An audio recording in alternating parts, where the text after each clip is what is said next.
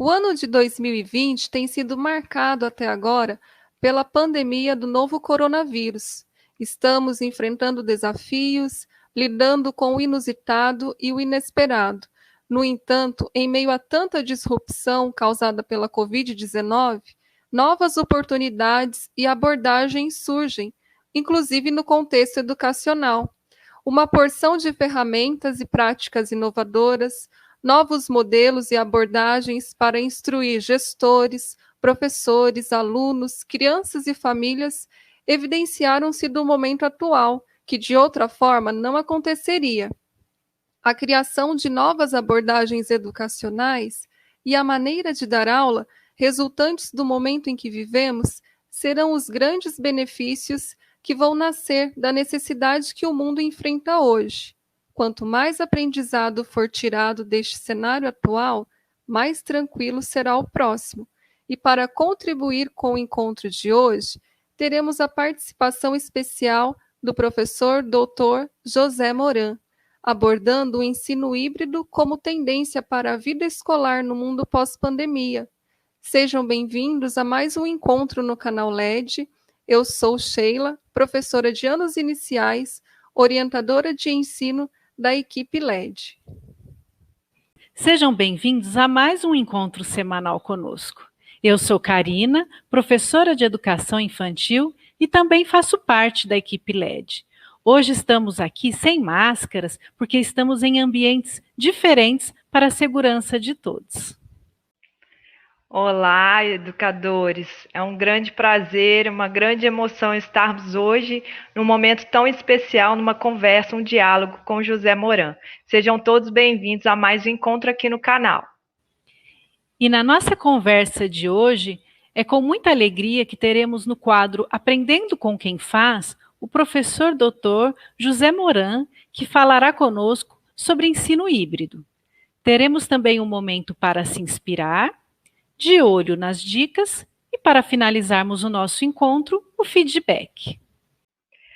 Professor José Moran é nascido na Espanha, naturalizado brasileiro.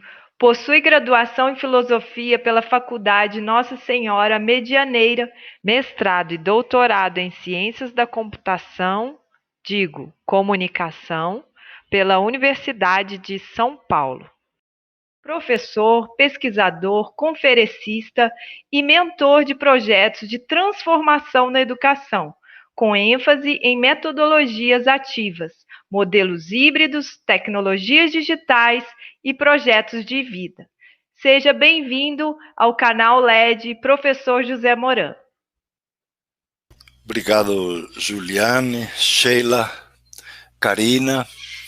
Eu fico muito feliz de estar com vocês e mais ainda porque vocês me promoveram a doutor em Ciências da Computação. Eu ganhei um título novo, eu sou professor de Ciências da Comunicação. Eu cheguei um pouco da filosofia, do lado humano, para a comunicação, da comunicação para as tecnologias, das tecnologias voltadas para a educação, e aí fui aprendendo metodologias ativas, fazer esses modelos flexíveis, híbridos, e enfim, sou um professor como vocês, que em alguns momentos trabalhei com crianças, principalmente em 8º e 9º anos. Pronto, tenho tido anos atrás contato com crianças e elas me ensinaram muito, e depois com crianças um pouquinho maiores na universidade, onde a maior parte da minha vida atuei,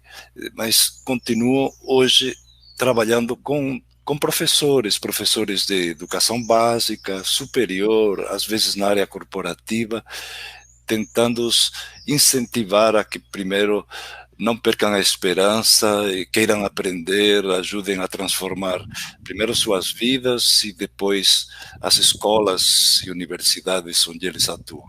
Então, aqui estou eu ao lado de vocês, agradecendo.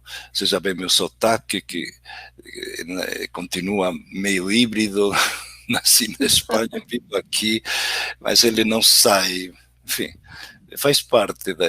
Também quando chego lá na Espanha, que vou visitar minha mãe e irmãos, às vezes no primeiro dia me perguntam de onde você é, você fala também espanhol, mas também eu sou de lá e de cá, e ao mesmo tempo reconhecem que não sou nem de lá nem de cá, sou um híbrido também linguístico e cultural. Que ótimo, professor. Nós estamos felizes com a participação e para iniciarmos, né, esse diálogo, nós estamos vivendo um momento assim bem diferente, né? Com a chegada da pandemia, muitos desafios surgiram, né? O que o senhor considera, quais são os principais desafios vivenciados na educação com essa chegada da pandemia? Olha, realmente todos nós achávamos que era uma coisa rápida. E quando a coisa se aproximou, porque primeiro já se ouvia falar, nós achávamos que era uma questão assim de um mês, 2, 3, mas seria assim já algo inimaginável. E na verdade nós estamos há mais de 6 meses, quer dizer, meio ano, e ainda muitas, até como município aí de São José dos Campos, sem a perspectiva clara de quando voltar, e talvez ainda não voltando esse ano. Então, na verdade, nós vamos passar o ano letivo inteiro remotamente, e isso é um desafio, é uma loucura, ninguém se preparou para ficar um ano. Porque uma coisa é quando você vive no provisório, você diz, não, eu vou acampar um fim de semana. Ok, você acampa, que legal, ficar um fim de semana.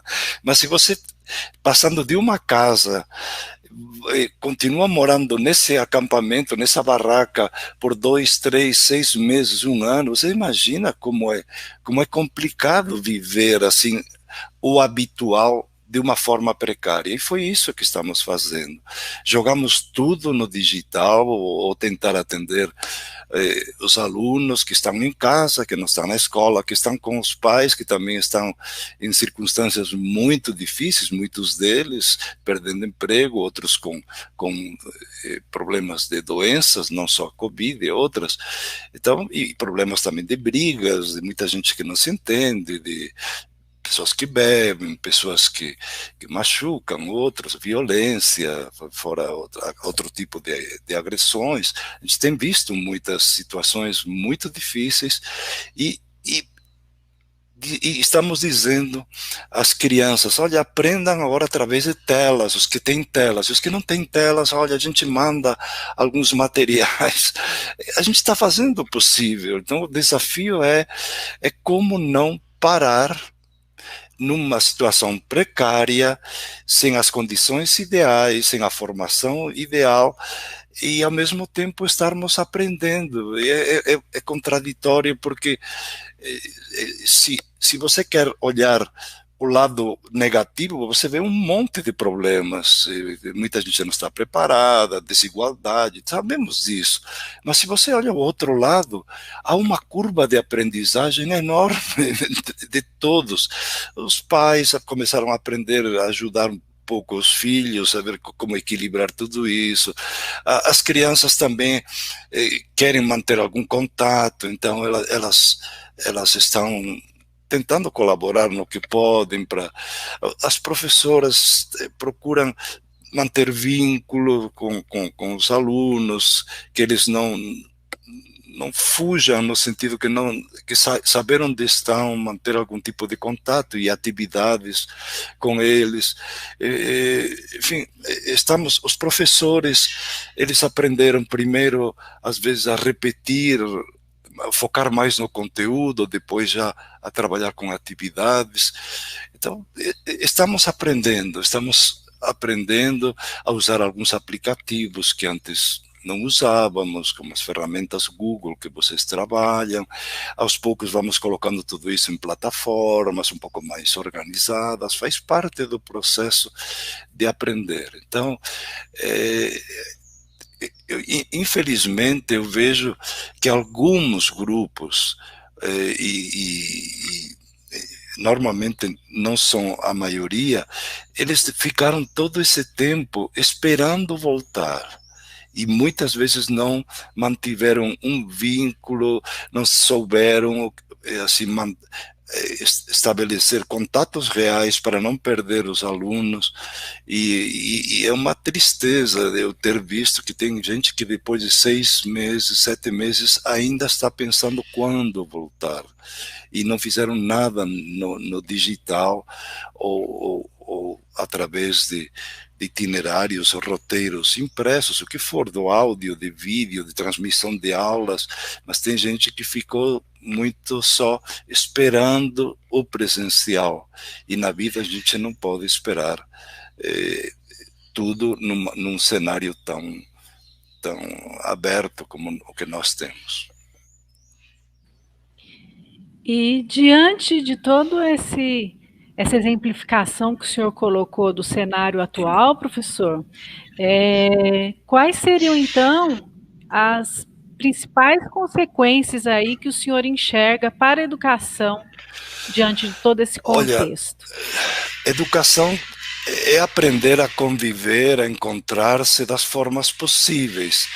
Se a gente não consegue encontrar-se fisicamente, presencialmente, a gente usa o aplicativo, o WhatsApp, tira fotos, usa webconferência, a gente usa recursos. Então a escola está aprendendo a ser mais flexível, e isso é bom.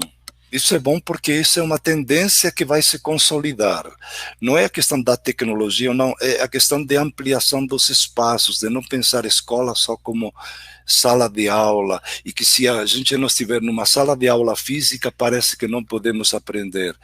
Nós vimos que, bem ou mal, um pouco de forma atabalhoada, muitas vezes, soubemos, aos poucos, engajar os estudantes, sendo criativos, desenhando atividades em que eles também fossem protagonistas, e que eles produzissem, fizessem vídeos, gravassem áudios, escrevessem alguma história, depois, sei lá, fotografassem, mandassem por WhatsApp para as professoras. Quer dizer, nós inventamos soluções interessantes para o momento e possíveis para o momento, tentando atingir as diversas possibilidades que temos. Então, essa flexibilidade, ela é muito positiva, é uma competência que será fundamental daqui para frente.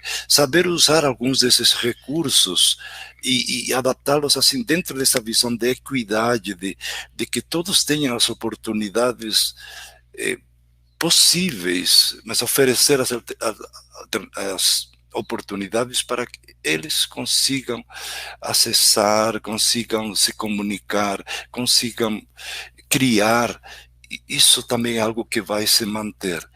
E a flexibilidade também entre espaços, o desenho de espaços que são os principais da escola, crianças, elas têm que estar juntas, têm que aprender a conviver fisicamente juntas, têm que grudar, assim, têm que estar o tempo todo assim, desde Montessori e tudo isso, quando aprendemos, que a criança aprende com os objetos, aprende a manusear coisas, aprende pelos interesses. Então a criança tem que estar juntas, convivendo, com apoio e mediação de adultos que estão lá para ajudar. Ok, mas também sabemos que isso pode ser feito com a inclusão de alguns recursos, além de físicos e analógicos, também digitais, porque essas crianças têm acesso a celulares já desde pequenos, talvez antes do que deveriam, mas têm em casa, então eles estão usando, eles estão jogando, eles estão mandando mensagens, eles sabem postar imagens, sabem fazer vídeos pequenos lá no TikTok. Quem me iniciou no TikTok foi meu neto de 7 anos, ele me disse: vó, você não tem TikTok? Digo, não, mas então olha, entra aí, e é legal, e eu vou te cadastrar com o meu favorito. Então, eu fui o meu primeiro favorito do meu neto, mas ele usa TikTok com 7 anos, então eu tenho que entender que o vídeo para ele, fazer vídeos com efeitos e ver muitos vídeos legais, faz parte da cultura dele. Então, eu tenho que partir disso e dizer como é que ele pode aprender criando vídeos, fazendo vídeos interessantes a partir de desafios, de pequenos projetos. Então, o professor tem que estar antenado onde os alunos estão. Esse mesmo exemplo posso usar. Há um tempo atrás eu estava vendo ele jogando Minecraft com outro amigo da escola, só que ele estava na casa, né? E eu fui visitá-lo na casa, com máscara, essas coisas, e ele estava jogando, e eu disse, me mostra, o que você está jogando? Ah, olha, aqui estou numa casa, aqui tem um jardim, aqui estou plantando, aqui tem um muro, e estamos construindo, estamos trazendo comida. Então, eles tinham que gerenciar a sobrevivência, assim, de manter-se, de cuidar de plantas, de frutos. E não, 7 anos, que coisa legal, porque é coisa assim do cotidiano. E dizia, vocês gostam? E eles se ajudavam, eles trabalhavam em colaboração, né? Agora você está aqui, não, espera, dá um tempo que eu vou fazer isso. E me ajuda, me dá uma ferramenta que eu preciso. Era muito interessante, que era colaborativo, era situações reais, assim, era uma casa que eles iam construindo e tornando-a viva, e plantando flores também, e decorando. Aí eu perguntava, e na escola vocês jogam o Minecraft? A professora agora, no período remoto, ela dizia, não. Vocês gostariam que ela usasse o Minecraft? Nós adoraríamos, é tão legal. E que jogos, às vezes, a professora fala? Não, tem alguns joguinhos que ela traz, alguns eles diziam assim, um pouco como dizendo, meia boca, legais. E eu digo, caramba, bastava a professora perguntar para essas crianças, o que vocês jogam? Que jogos fazem sentido? E ela começar a desenhar as atividades previstas, que ela está em fase de alfabetização, está no 2º ano, a partir dos jogos que para eles são significativos. Então não é que a professora seja especialista em Minecraft, mas dominar um mínimo para saber que possibilidades tem de construção, e a partir da construção você ir colocando as letras, as palavras significativas, ir misturando dentro desse cenário que eles já constroem aqueles significados que a escola espera que sejam construídos. Bastava perguntar. Isso, e é verdade. Vivenciar, né, na escola o que eles têm de mais forte na vida deles, com certeza a gente vai ter vários ganhos, né? Uma visão que a gente precisa passar a ter, né? E para isso a gente precisa realmente perguntar ao aluno, como você mesmo disse. Eu aprendi há muitos anos. Eu aprendi há muitos anos com eles. Veja, isso não é coisa nada novo, não é pandemia, não é. Muitos anos eu vi que quando comecei a perguntar aos estudantes, fossem eles adolescentes ou já um pouco mais jovens na faculdade, quando eu os conhecia, perguntava quem eles eram, o que eles queriam ser na vida, quando conversava com eles. E depois, quando propunha alguma atividade, eu perguntava a eles, faz sentido? Como vocês gostariam de desenvolvê-la? Eu pensei assim, com esses passos, que sugestões vocês têm? Eles modificavam meu projeto, eles diziam, professor, podemos fazer desse jeito? E às vezes era um jeito que eu não tinha imaginado. Nem pensado. E que cabia. Então, quando eles se sentiam que faziam parte, aí eles se engajavam, diferente do que quando eles iam executar algo que eu previa e dizia, passo 1, nesta semana leiam isso, depois vocês façam um resumo, agora vamos fazer um tal tipo.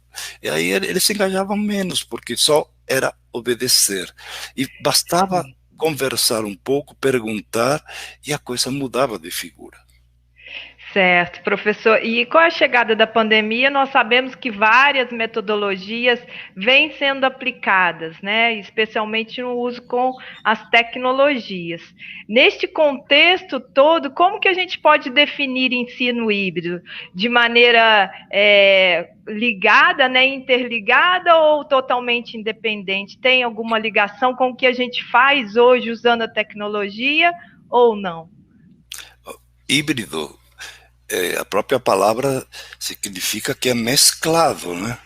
Então a palavra ela tem a ver com juntar, misturar, flexibilizar. Pronto, a palavra flexível está junto com híbrido, que significa fazer as melhores mesclas possíveis nas circunstâncias em que estamos e com as possibilidades de mistura também que os diversos estudantes conseguem fazer.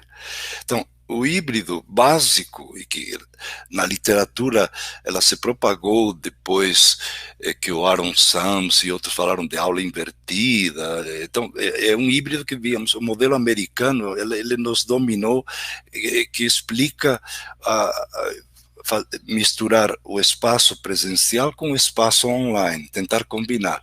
Mas isso chamaria uma das formas de mistura. Agora vocês, por exemplo, estão no online, estamos no remoto, e temos que fazer outras misturas. Por exemplo, tem alunos que podem usar aplicativos online, que você pode abrir um Kahoot, abrir um Mentimeter ou um aplicativo desses e criar alguma situação gamificada, fazer um desafio, colocar questões e ver em times, ver quem responde mais rapidamente e melhor, ganha pontos. Por exemplo, tem uma parte que eles estão prontos para trabalhar com desafios online. Mas tem outra parte dos alunos que tem uma conexão fraca no celular, ou não pega onde eles moram, ou enfim, ou tem um celular para vários irmãos e tem que dividir e não podem usar quando o professor naquele momento está utilizando o aplicativo. Então temos que fazer um híbrido. O que é ser um híbrido? Criar soluções que para alguns são online e para outros são offline. Então, aquela atividade que para alguns alunos a gente pode fazer assim de forma mais instantânea, para outros temos que dar um tempo para que ele possa prepará-la e postá-la na hora que ele conseguir. Então temos que trabalhar o híbrido, que é o tempo síncrono e o assíncrono, e as atividades digitais, para alguns que são possíveis, e as analógicas, o papel, ou outro tipo de atividades, por podcast, som, ou foto, ou então vídeos gravados, ou televisão. Nós temos que usar caminhos diferentes para tentar chegar a alunos que têm situações diferentes. Então, quando falamos de modelos híbridos, vamos além do sala de aula e online. Nesse momento, nós estamos num híbrido possível, muito, muito diversificado, mas olhando o objetivo, é que cada estudante consiga manter-se ativo, e consiga manter-se em rede, mantê-lo assim como grupo, como comunidade que está aprendendo, e esse é o objetivo principal. Se chegamos através de aplicativos síncronos ou não, isso é o que a análise das circunstâncias que nos diz, mas sem dúvida que em nosso momento estamos fazendo misturas muito estranhas, porque ensinar criança a ler só por uma tela é muito estranho, não deveria ser o normal, mas é que estamos numa situação anormal, e por isso estamos tentando fazer algo que não é tão perfeito, não é tão ideal, mas também é possível. Eu vi professoras que conseguiram possível. alfabetizar. Então, não é que eu defenda... Meu sobrinho foi Isso, alfabetizado, professor, durante esse período, e eu até comentei com as meninas aqui, lá em Minas, que ele mora, né? E ele conseguiu ser alfabetizado pelo computador, né? Através do computador, aliás, com toda a mediação da professora, que foi de suma importância para a evolução dele. Isso é possível, né? E se a mãe apoia muito mais, porque é um triângulo entre a professora que dá apoio e a mãe ou o pai em casa também que ajudam a criança a partir da mediação da professora. Se faz essa triangulação, é possível. Eu vi casos de sucesso de alfabetização online, mas não é o desejável. Quando, se pudéssemos, é melhor que eles aprendam estando juntos, convivendo, porque desenvolvem outras competências junto, que é de estar, de entender o outro, enfim, que no online não são tão... Não é só aprender a ler letras e escrever, a gente tem que aprender a viver, a conviver. Sim. Mas é possível, enquanto para outros, pelas circunstâncias, porque os pais não davam apoio, ou porque eles não tinham assim essa criatividade das atividades que fariam sentido para essas crianças, alguns sofreram. Depois os alfabetizadores fizeram mais brincadeiras, fizeram assim algumas atividades para manter contato. Também não vamos condená-los, não podemos dizer, porque uns conseguiram, os demais fracassaram. Não, eles fizeram o que era possível. O melhor, né? O que foi possível. Tentaram fazer o melhor, com certeza. Esse é o híbrido. E eu vejo que acabou que com a pandemia nós, pensando aí até no exemplo que você acabou de dar aí, do meu sobrinho, muitas pessoas não achavam que fosse possível alfabetizar ou até mesmo ajudar na aprendizagem do aluno de maneira tão significativa através da tela, né? E com a pandemia a gente acabou enxergando esse lado que antes a gente não via, né? Então, ou seja, ampliou a nossa visão. Isso foi um ponto positivo, com certeza. Teremos muitos relatos de experiências assim surpreendentes desse período, de como as pessoas podem aprender ativamente, como como produzem coisas, assim, projetos bem interessantes. Eu vi projetos de design thinking, assim, que significa resolver problemas em etapas, usando essas plataformas síncronas e assíncronas. Eles trabalhavam em pequenos grupos e faziam uma etapa. Quando terminavam uma etapa, apresentavam para o professor e todos discutiam, avaliavam essa etapa e passavam à seguinte. Então, alguns conseguiram fazer coisas legais. Eu tenho um exemplo assim, que para mim foi outro dia. Me convidaram para olhar algumas experiências de um colégio, que era colégio privado em São Paulo, mas colégio que não estava muito avançado em tecnologias, mas que teve que ir para o remoto, e mostravam como os professores de março até agora foram evoluindo. E eu lembro de uma professora que estava perto dos 50 anos, por aí, e ela no começo sofria, ela disse, não sabia por onde começar a dar aula, pedia alguma ajuda, mas eu travava. Aí fiquei tentando primeiro aula expositiva, porque o colégio manteve o mesmo tempo de duração das aulas, assim, no começo, então ela tinha que dar 50 minutos, ela achava que tinha que dar 50 minutos de aula, ela viu que era um horror, que os alunos desligavam as câmeras e tal, porque tinham acesso a uma plataforma, não sei se era o Meet ou o Zoom, mas depois ela disse, aos poucos eu fui me familiarizando, e daí a pouco, ela disse, eu me vejo, eu via meu sobrinho falando de escape room, e eu perguntei a ele, o que você está fazendo no escape room? Escape room eles estão tipo um labirinto, um lugar, pode ser físico, em que você tem desafios para poder sair do labirinto, né? Então você tem desafios. E ela disse, puxa vida, será que eu faço isso aqui no online? Então ela foi buscando uma forma de fazer um labirinto, e ela colocou os alunos de 2 em 2, assim como se estivessem presos no labirinto, e à medida que respondiam questões ligadas ao conteúdo de geografia que ela trabalhava no ensino médio, que era mais ensino médio, os alunos iam ganhando pontos, iam conseguindo se libertar, e alguns se libertavam. Então, na verdade, ele usou o Google Forms e um espaço assim, que não lembro qual aplicativo usou, para trabalhar a ideia da gamificação, de trabalhar com desafios que as crianças gostam de desenvolver para aprender. Uma professora que não dominava nada em março, que tinha horror de tecnologia, que foi forçada, portanto não foi algo que ela quis, e mesmo assim foi encarando aos poucos a ideia de dizer o que eu posso fazer para engajar esses estudantes. E os pais, aí ela relatava que ele abriu esse desafio para ser feito em 2 dias. E os pais estavam ajudando os filhos, estavam jogando com os filhos, pediram para que esse desafio fosse alongado, porque ele era muito legal para todo mundo jogar.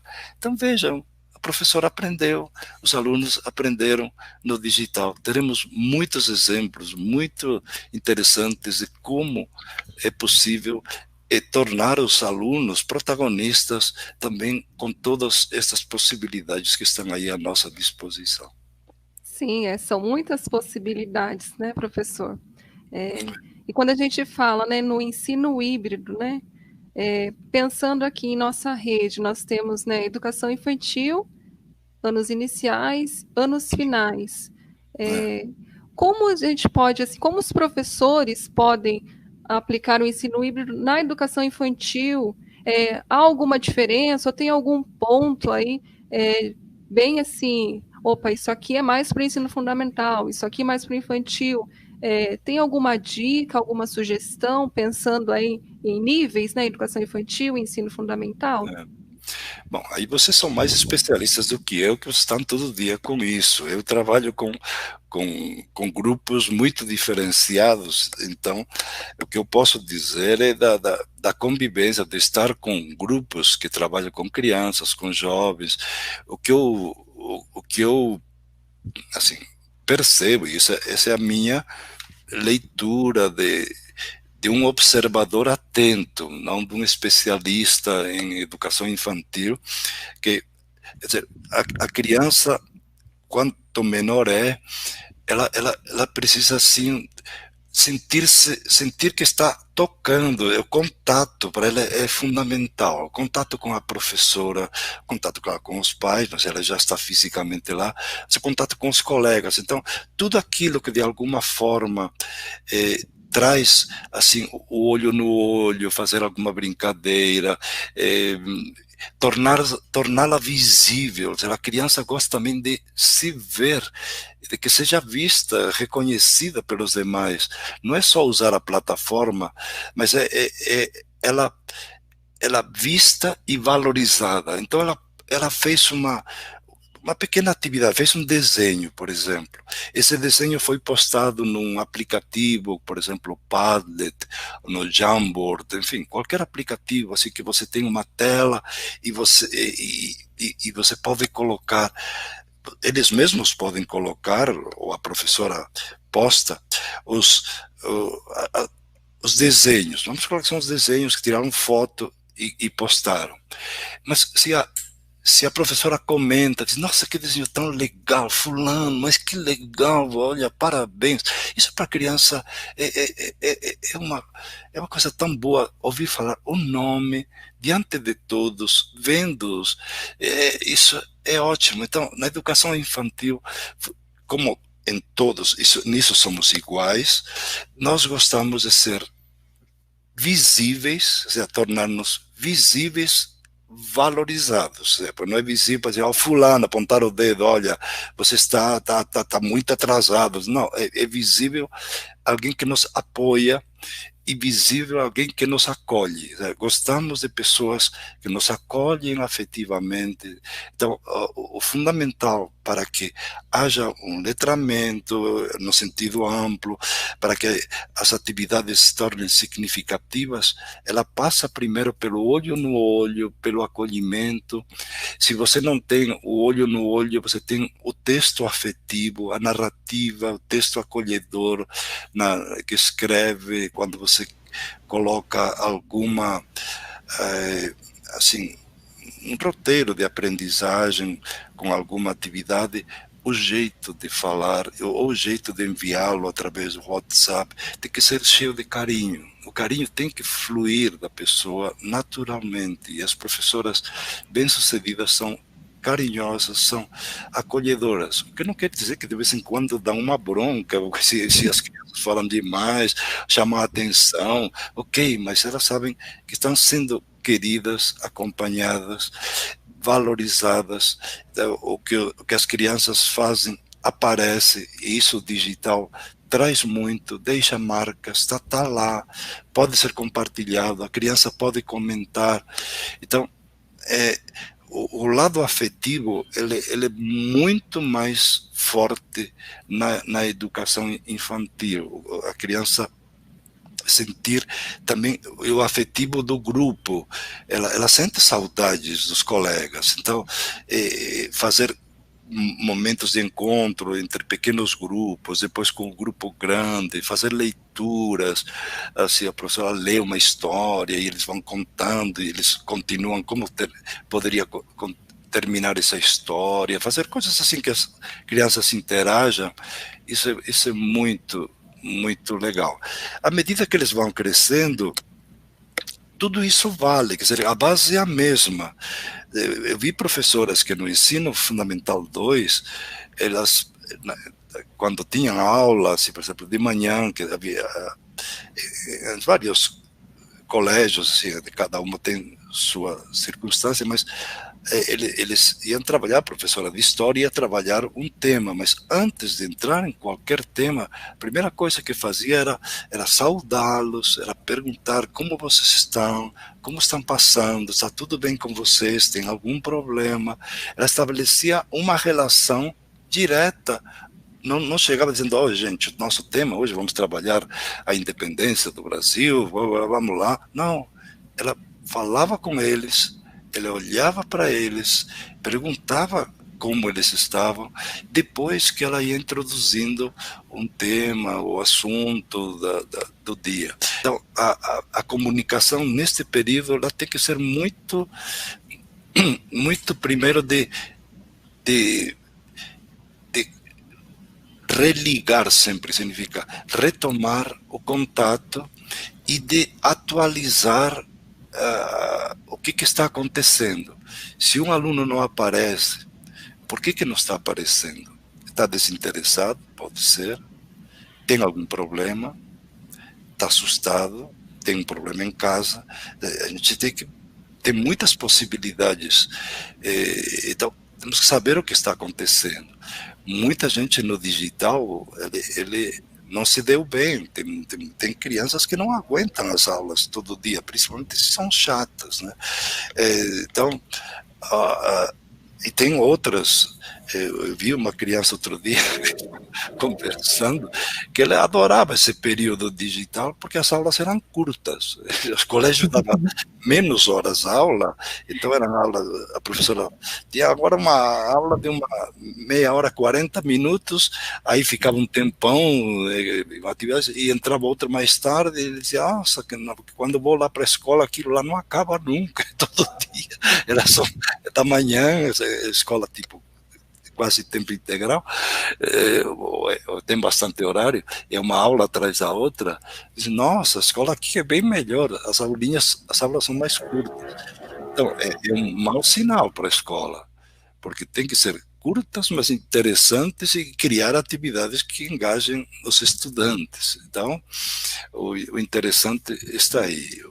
Os professores que são bons, eles mantêm vínculos, eles usam, assim, alguns materiais mais interessantes, eles vão postando, eles vão colocando alguns desafios e questões lá no meio dos materiais, então eles usam um pouco da aula invertida, mas de forma inteligente, para tentar depois aferir se os alunos acessaram, se entenderam, tudo isso com formulários como o Google, você vê imediatamente pela resposta qual é o grau de acesso e de domínio que os alunos estão manifestando, para você desenhar as atividades depois mais adequadamente a cada grupo. Então, temos que estar continuamente fazendo esse tracking, esse olhar onde estão os alunos, o que está acontecendo com eles,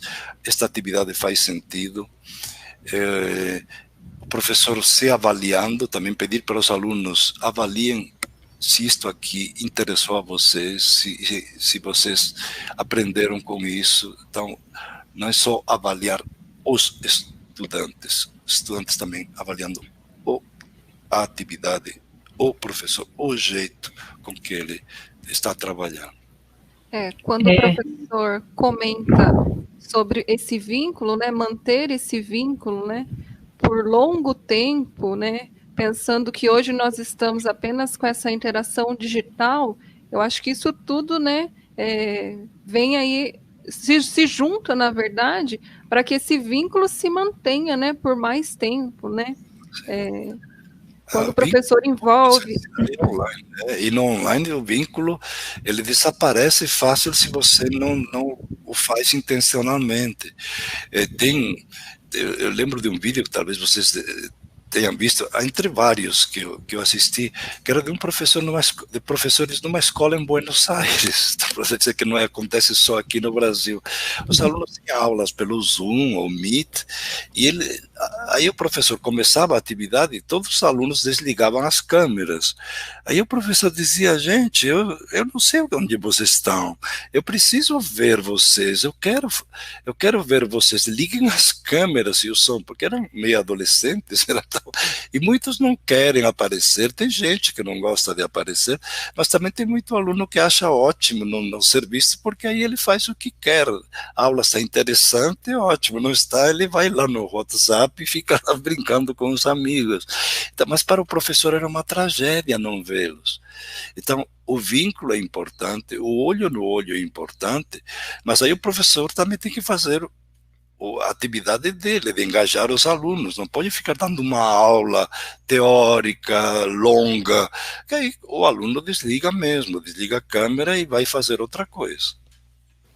Isso mesmo, professor, esse cuidado, né, desse estreitamento sempre, de manter esse vínculo e cuidar para que isso permaneça pelo tempo, é fundamental mesmo para que as crianças e os jovens se sintam acolhidos, né, se sintam assim pertencentes a todo esse ambiente e acolhidos pelo professor. Mas, ao mesmo tempo, deixa-me só complementar algo.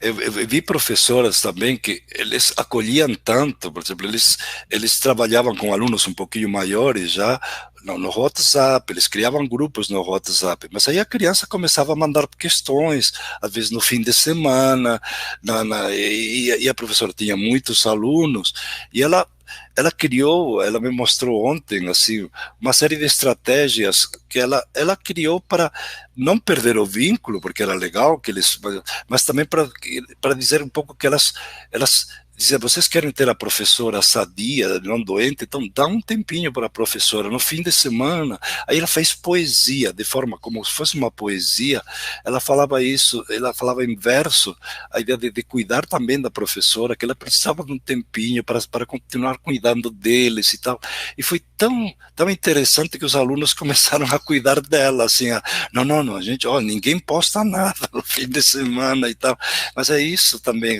isso é o vínculo, das duas partes. Então não é só sugar a professora exigindo tudo em qualquer tempo. A professora também tem seus tempos, tem sua vida pessoal, tem seus filhos, muitas delas também tem que cuidar dos demais, além dos alunos.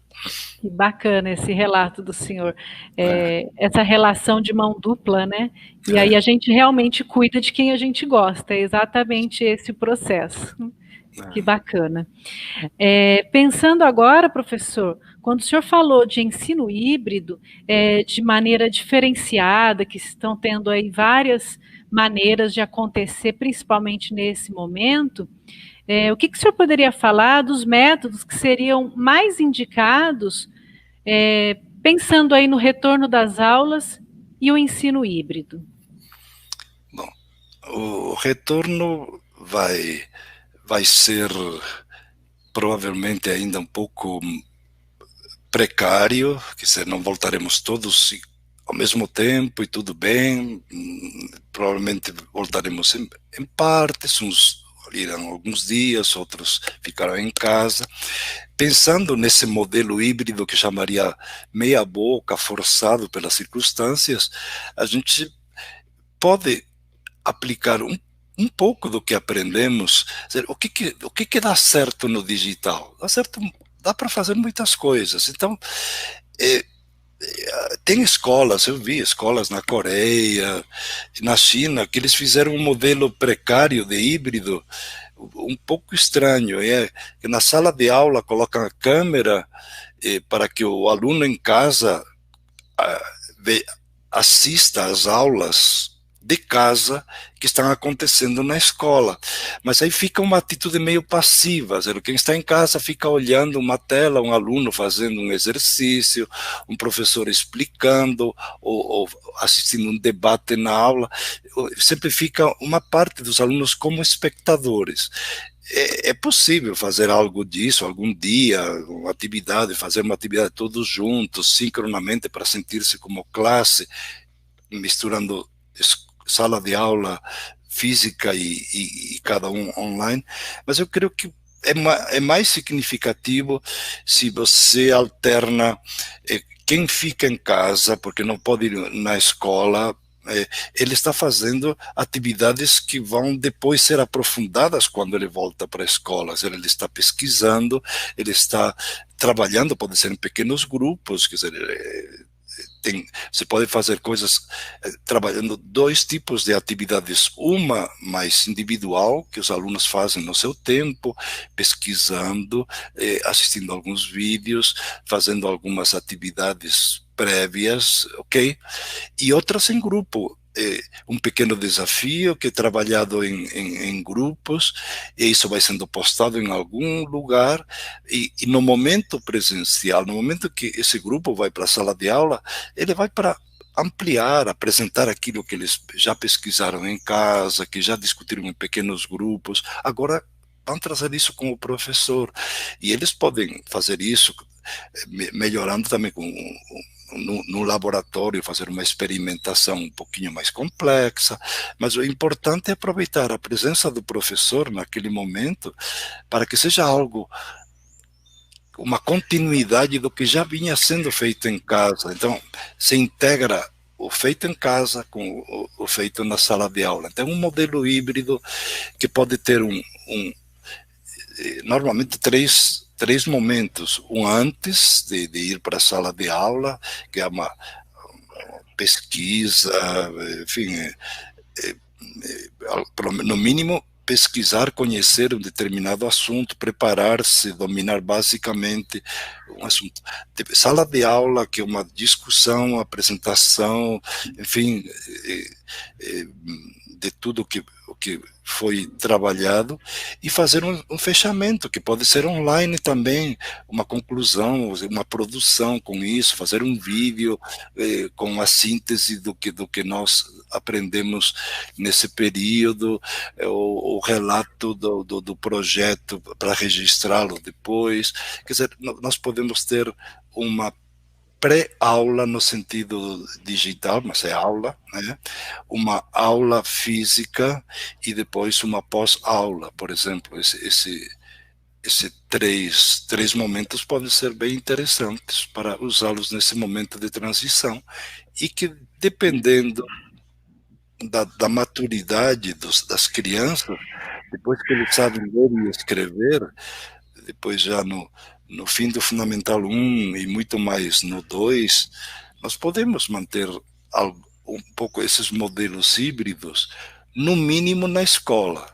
Quer dizer, se eu aprendo, na hora que estejamos todos juntos, podemos aprender, cada um no seu tempo, uma parte, ter espaços para aprendizagem pessoal conectada, espaços para trabalhar áreas de conhecimento de uma forma integrada, em alguns momentos de uma forma mais específica, e fazer um híbrido dentro da escola. É possível, principalmente na escola. Se uma escola os alunos ficam tempo integral, como deveria ser, nós teríamos que trabalhar com híbridos dentro da escola. Enquanto não temos o tempo integral, são híbridos dentro e fora da escola. Perfeito, professor. E assim, pensando na transformação das escolas, na transformação desses professores que foi de maneira forçada, como já sabemos, por causa do contexto da pandemia, mas pensando assim de maneira geral, né? Como transformar essas escolas, esses professores, de maneira a engajá-los e atender os alunos que estão sempre conectados e alcançar aí uma aprendizagem mais profunda. Nós sabemos que tudo isso já deveria, talvez, até ter acontecido de maneira mais forte no Brasil inteiro, até pensando em planeta, né, em mundo, mas para a nossa realidade aí. Bom, realmente nós estamos no movimento, no mundo inteiro, de fazer com que as escolas sejam mais interessantes, que os alunos se sintam que eles podem criar e empreender, enfim, experimentar, errar mais, sair de uma escola toda certinha para uma escola que eu digo um pouco mais desarrumada, mas desarrumada nesse sentido, que você planeja e depois você executa de uma forma que é muito mais aberta e te traz situações novas. Então, mas não é o caso da maioria. Então, aproveitar primeiro o que eu chamo, há vários níveis de transformação. O primeiro é a transformação de gestor, que o gestor tem um papel importante nessa liderar essas mudanças. Quando você tem um gestor aberto, um gestor que entende de educação e entende de pessoas, ele vai apoiando que tudo isso aconteça mais rapidamente. Então, nós temos primeiro o que chamo de o convencimento individual de cada um dos atores, participantes. Você tem que convencer primeiro os gestores, e aí o papel das secretarias, de dizer aos gestores, gente, não, parem de preencher planilhas, vamos lá, nós temos que fazer, liderar um processo, realmente inspirar esse processo de mudança e desenhá-lo, e vocês não podem fazê-lo sozinhos nos gabinetes, tem que ouvir os estudantes, você tem que ver os professores, tem que ouvir as famílias, então a ideia de que a transformação ela tem uma mudança de mentalidade que é de cada um. Enquanto as pessoas não percebem, não dá o clique, não tem uma experiência de que aquilo é válido, a gente fica muito na teoria, tem que mudar, né? Então, a primeira coisa é experimentar que isso é legal. Muitos professores, mesmo no digital, experimentaram que é legal que os alunos produzam, gravem coisas, eles se empolgam, postem. Então, isso vamos mantê-lo. Há uma dimensão depois maior de transformação, e quando nas escolas você tem um grupo de gestor e um grupo de professores que já tem uma experiência em trabalhar com metodologias ativas, que trabalham com tecnologias, então eles podem planejar atividades mais integradoras, projetos STEAM, projetos que trabalham com várias áreas, assim, então significa que eles têm uma evolução já na visão que lhes permite sentar juntos, física ou digitalmente, para planejar ações. Então, esse é um nível de transformação que é desejável depois que já você tem um domínio de pessoas individualmente que já lhes permite dar esse passo, que permite muito, depende muito também da gestão. E à medida que você vai consolidando planejamento mais integrado, o terceiro passo que está claro, vamos pensar como isso mexe com toda a escola. Quer dizer, eu vou ter que pensar um currículo que seja menos disciplinar, que seja no mínimo modular, ou que trabalhe por eixos, ou que trabalhe por projetos. Então a gente já pode pensar em salas de aula muito mais adaptadas a essa flexibilidade de trabalhar ativamente, a pensar nos espaços híbridos, o uso de tecnologias, plataformas bem integradas, que dialogam com tudo, multiplataformas. Então a gente começa a avaliar de uma forma muito mais ampla, tudo começa a ser redesenhado, no fundo estamos prontos para redesenhar a escola de uma forma muito mais legal. Então começamos pelo individual, depois pela integração grupal, depois pelo processo sistêmico de transformação. São níveis. Tem gente que está aqui no individual, está fazendo o que pode, está experimentando sozinho, no máximo com algum colega. Tem gente que já faz algumas coisas em grupo, então já está caminhando, já faz alguns, pelo menos em algumas áreas, em alguns segmentos, já faz alguns projetos mais integradores, e tem escolas que já se reinventam, que já tem um desenho diferente, ele já tem condições de dar esse passo. E numa rede pública, nós temos claramente escolas que estão no que chamaria esse nível 1, chamando de nível sem conotação, mas na possibilidade 2, e algumas elas vão para o 3. Então, o ideal é se todas pudessem estar no 3, mas esse é o nosso sonho. Isso. Obrigado, professor. E assim, hoje nós podemos afirmar que a educação híbrida será uma tendência pós-pandemia? A gente pode afirmar isso ou ainda temos dúvidas quanto a essa prática? Naquele conceito que eu falei de híbrido, de mesclar, fazer as melhores combinações, flexível, de adaptar-se às necessidades de cada aluno, usar as melhores estratégias e também as digitais, sem dúvida que a escola vai ser muito mais mesclada, híbrida, flexível. Nós teremos alunos, pensem, alunos, vou dar um exemplo para que fique mais claro, talvez para vocês não seja tão, não sei se vocês têm esse problema no cotidiano, mas quando eu trabalho um pouco com ensino superior, às vezes eu vejo que chegam para a mesma sala de aula, o mesmo grupo, alunos que saem do ensino médio, meio ainda cruz, com 16, 17 anos, chegam lá, por exemplo, na USP eu recebia, e às vezes eu recebia pessoas que nunca tinham feito faculdade, que de repente conseguiam fazer e já tinham 30, 35, 40 anos, que já tinham uma experiência profissional, eram pessoas já que tinham experiência de vida diferentes, e a gente os obrigava antigamente assim a fazer o mesmo currículo, independente de se você era um moleque ou que era um adulto com uma experiência, parecia que nada valia, todo mundo tinha que fazer a mesma coisa. Esse modelo é idiota.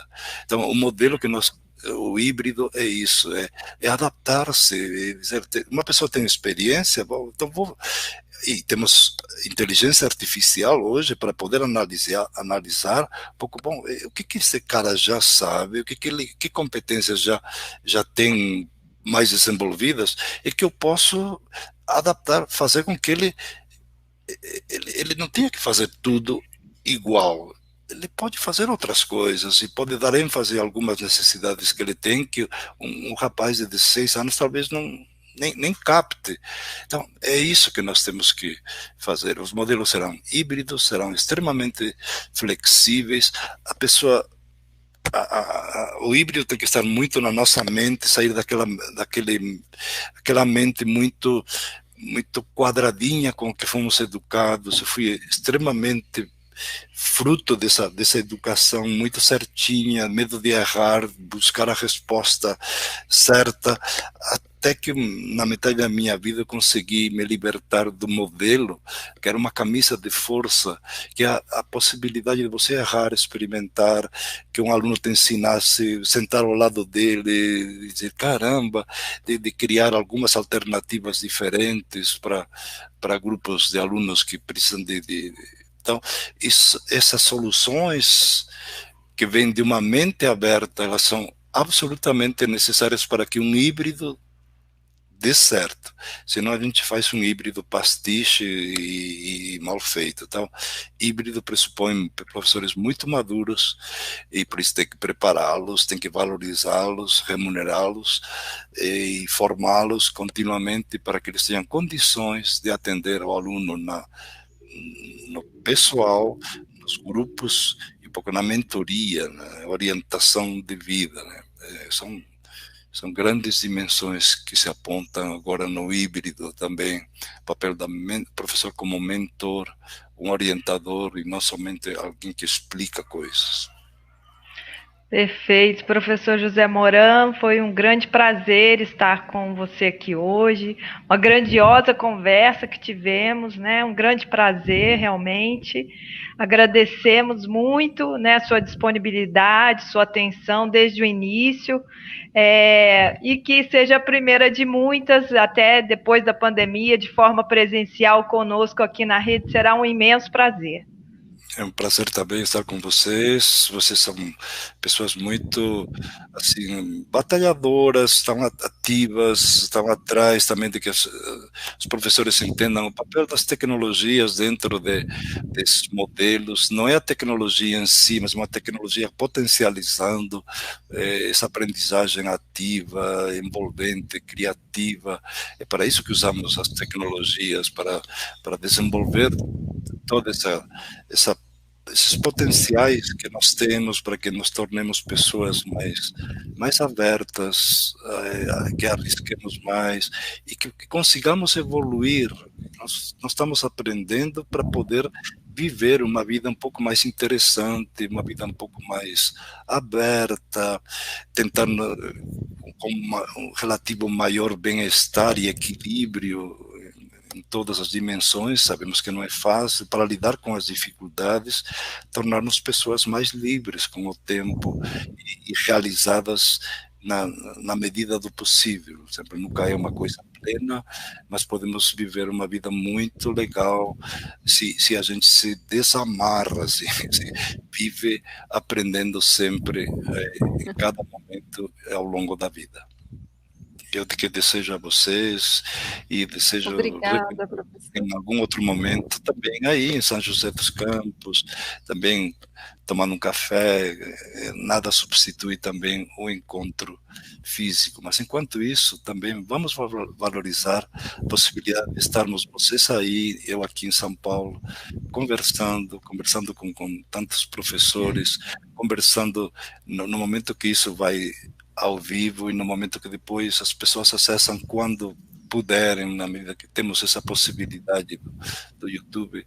É uma grande época. A gente tem muitas coisas que anos atrás seriam difíceis. Vamos valorizar tudo isso e valorizar que possamos uns dar-nos apoio aos outros, ajudar-nos a persistir, a ter esperança, fazer o melhor, compartilhar nossas práticas e criar uma rede de aprendizagem real. A escola, na sua definição mais profunda, é uma comunidade de pessoas que gostam de aprender e que se ajudam a aprender. Um grande abraço. Muito obrigada, professor. Muito obrigada. Nós agradecemos as suas contribuições. Com certeza, os professores, né, serão aí de grande valia para todos aqui da nossa rede. E aguardamos aí, né, em breve, o encontro presencial, né, e momentos aí com toda a rede. Obrigada. Obrigado a vocês, tá? Tchau, tchau. Muito obrigada, viu, professor? É com muito carinho que recebemos toda a sua experiência aqui em nossa rede, Obrigado. tá? Tchau, tchau, viu? Até a próxima. Bom, agora vamos ver algumas indicações do professor José Moran, né? Temos aí o canal no YouTube, onde ele posta todas as as novidades, né, as entrevistas que ele faz. É um canal bem rico em informações para a gente ampliar aí o nosso conhecimento na área aí de metodologias ativas. Além dele, temos um livro, o livro Metodologias Ativas para uma Educação Inovadora, uma abordagem teórico-prática. Esse livro foi escrito por José Moran e a Lília Bassic também, né? E por último, aí temos o site Educação Transformadora, também do professor José Moran. Fica como dica para que vocês ampliem o conhecimento com relação a tudo que foi falado aqui no canal hoje. E no Para Se Inspirar, nós também deixamos aqui, né, o link. Ensino híbrido é a combinação do aprendizado online com offline. É da Porvir, então basta clicar aqui e você será direcionado ao material. Nós temos também uma indicação da Nova Escola, Ensino Híbrido, Conheça o Conceito e Entenda na Prática. Temos também no canal do YouTube um vídeo direcionado a metodologias ativas na educação. Basta clicar que vocês serão direcionados a todos esses materiais. Nesse slide encontrado lá no portal do LED, quando você quiser rever esse vídeo por completo, ou então conhecer esse vídeo por completo, caso você não tenha visto, é só você clicar na imagem do LED, que você já vai ser direcionado ao vídeo na íntegra com a participação de José Moran. Nós temos também no canal gg.gg/canal LED as playlists de aprendizagens inovadoras para a educação infantil e para o ensino fundamental. Nós deixamos aí como de olho na dica. Aproveitem, visitem os outros vídeos, se inscrevam em nosso canal e recebam aí em primeira mão as novidades que nós colocamos por lá. E temos também aí, de olho na dica, o portal LED, né? Onde nós encontramos na aba Aprendizagens Inovadoras todo esse material que está sendo mostrado para vocês aqui nas nossas exibições no canal LED.